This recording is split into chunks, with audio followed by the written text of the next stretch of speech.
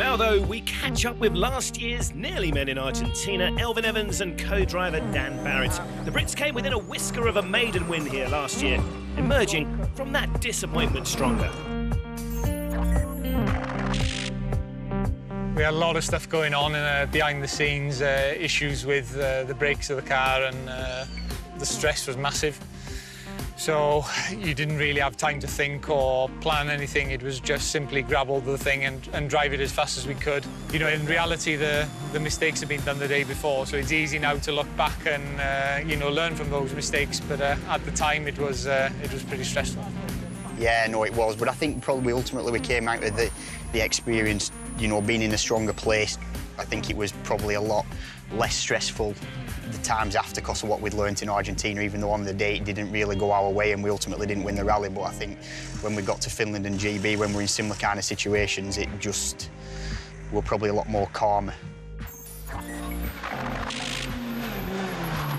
Yeah, I think we were competitors. I think was the first time I met Dan when I was competing in Fiesta R2s. He was sat with Alistair Fisher, and that's how we met.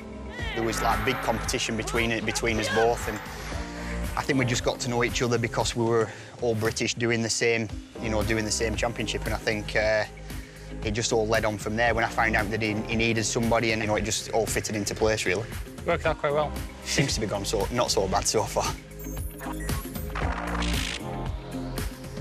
There's quite a few things we probably talk about that we can't talk about now. When he steers onto the football, that's when I normally switch off the most, to be fair. We avoid music and football, really, because we have very differing views on music and football, so leave those two subjects alone for sure. He's quite selective with the actual music that's playing. Whatever Elfyn's really into, I don't know whether you call it garage or I don't really know, hip-hop, I'm not sure. It's a bit too modern for me. Yeah, I mean, he's more into his Oasis and that sort of stuff. I don't think I was even born then, so a bit before my time. Yeah, special day, I'd say, really, yeah. Yeah, it was pretty good. The day itself was, you know, almost maybe a little bit boring in a sense, wasn't it? You know, we had the big lead, it was there to lose, so... You know, the aftermath for sure was very, you know, very special, and both of us won't ever forget it.